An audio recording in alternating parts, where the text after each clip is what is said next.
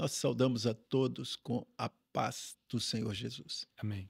Estamos aqui para mais um episódio desse programa O Chamado do Servo. E o tema deste programa é Naamã, o Ciro, um homem que Deus chamou, deu a ele uma experiência maravilhosa. E a gente até aprende aqui algo que é fundamental para todos nós. Quando o homem não encontra uma solução no mundo, uma resposta, uma saída, ele precisa de Deus. E no caso de Naamã, ele não conhecia o Senhor, porque ele era Ciro. E o projeto de Deus naquele tempo estava com Israel. Mas na sua casa morava uma menina de Israel que conhecia o Senhor e disse a ele: se tu conhecesses o profeta que tem lá em Israel, ele poderia te dar uma solução para esse problema. Ou seja, essa, essa lepra, né, ou hanseníase, chamada nos dias de hoje, tem solução. Naquele tempo não tinha solução médica, mas Deus era a solução para a vida dele. E gostaria de chamar a sua atenção e dizer para você: Deus é a solução para qualquer um de nós, seja o problema que for. Estamos aqui à mesa hoje com o pastor Elcio, né? A paz do Senhor. Pastor Miguel, A paz do Senhor. pastor Evaldo, A paz do Senhor a todos.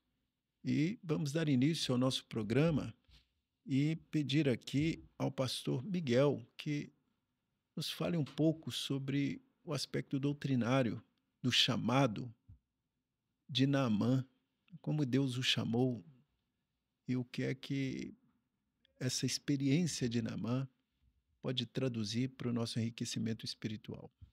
O texto que nós vamos ler está em 2 Reis 5, versículo 1.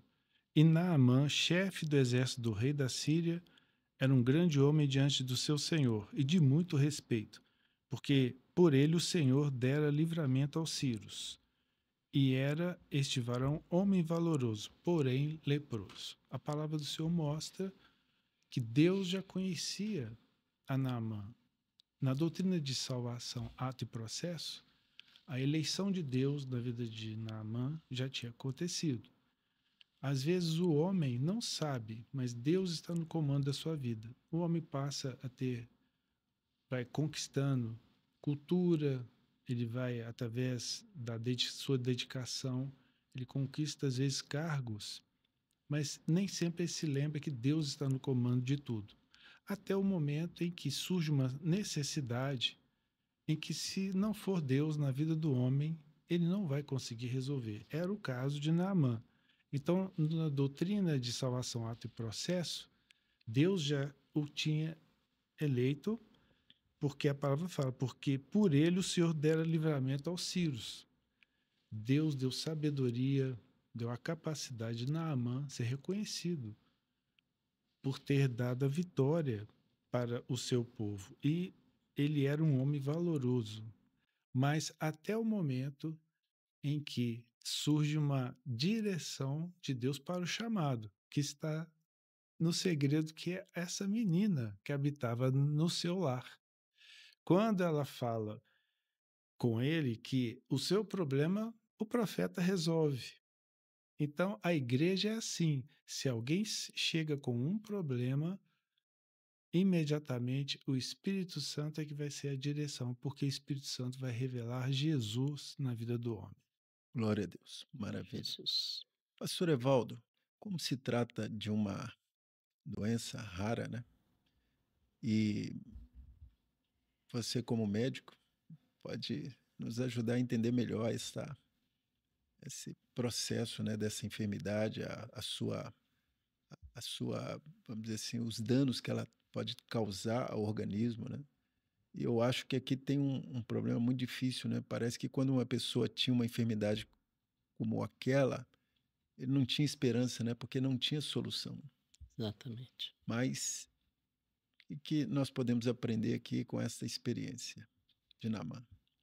A experiência de Naamã é uma experiência extraordinária, porque ela é uma história marcada por fé, demonstração do poder de Deus e também de obediência a um projeto de Deus.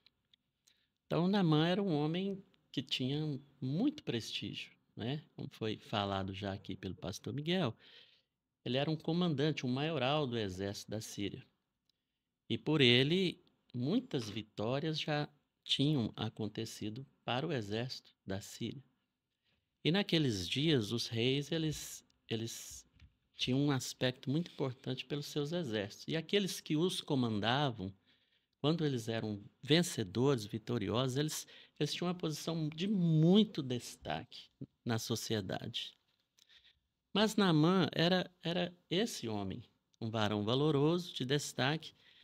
Mas olha só que interessante, a palavra diz aqui: e era este varão valoroso, porém leproso.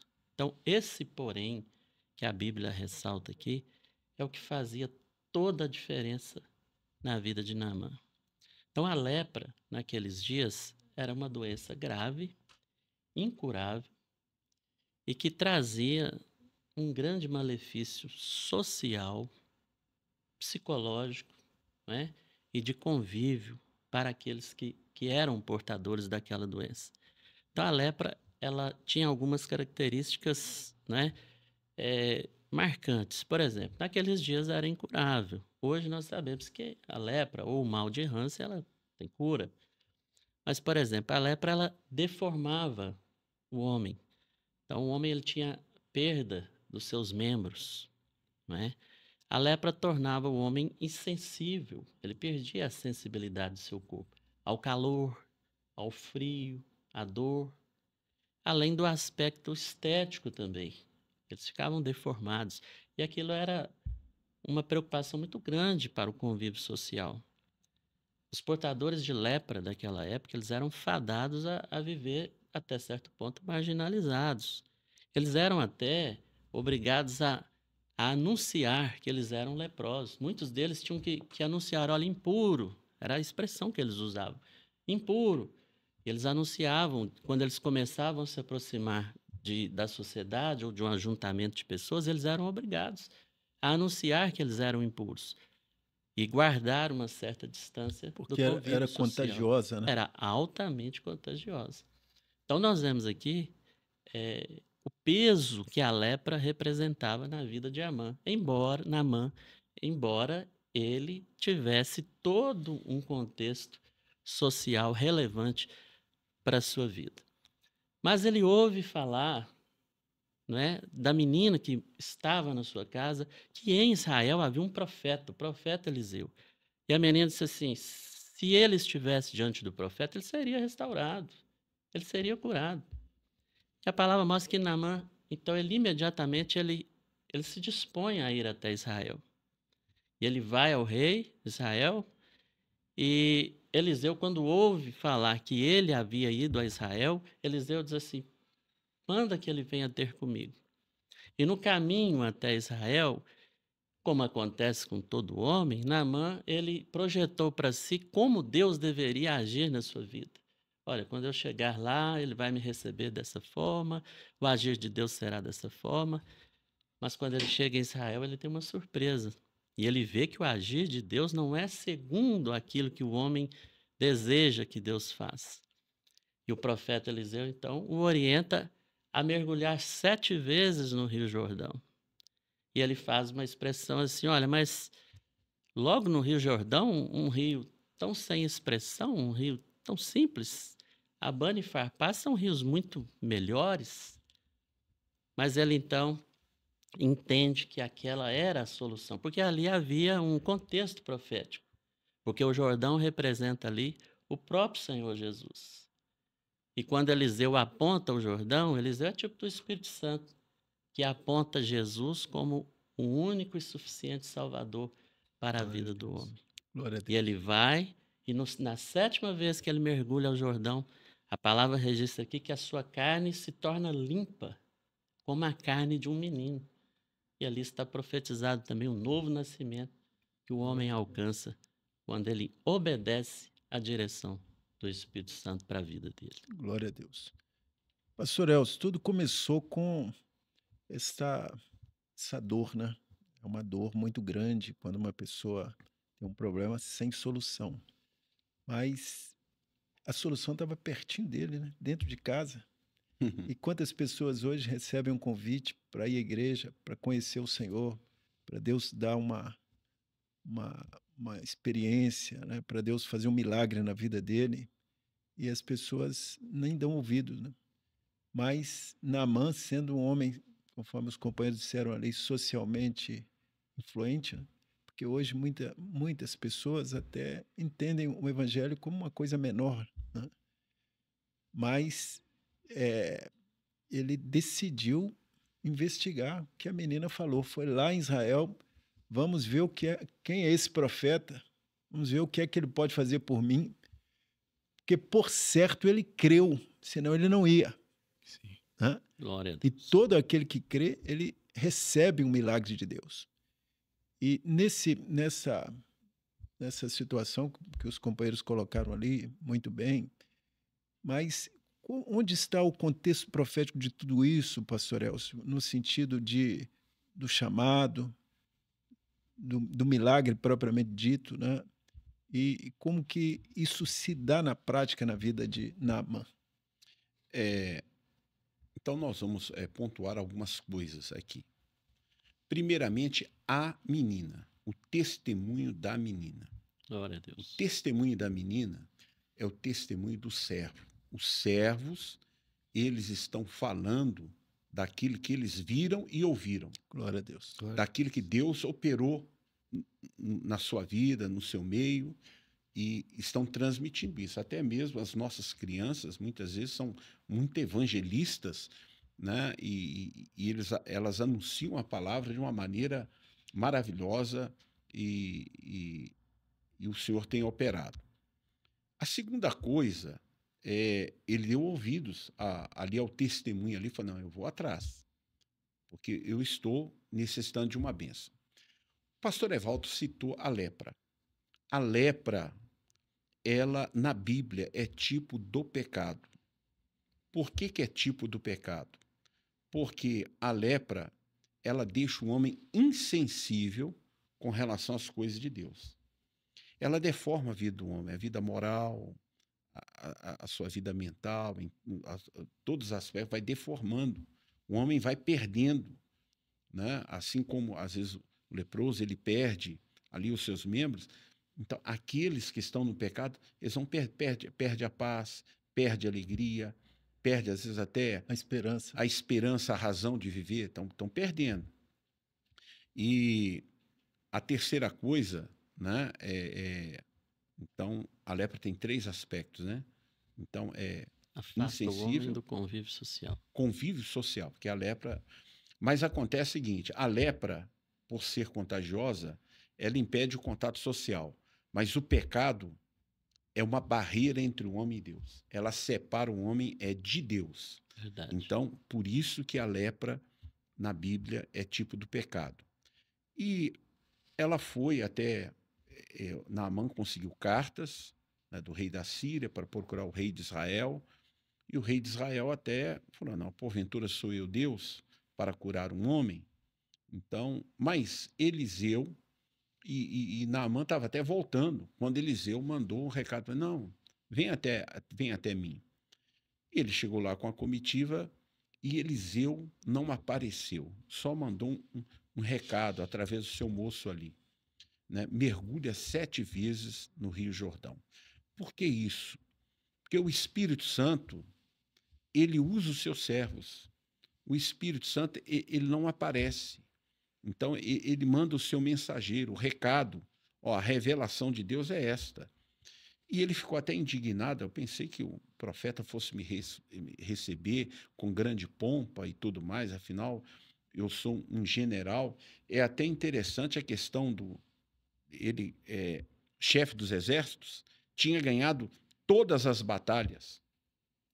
O homem, ele ganha todas as batalhas, mas acontece que contra o pecado ele não consegue.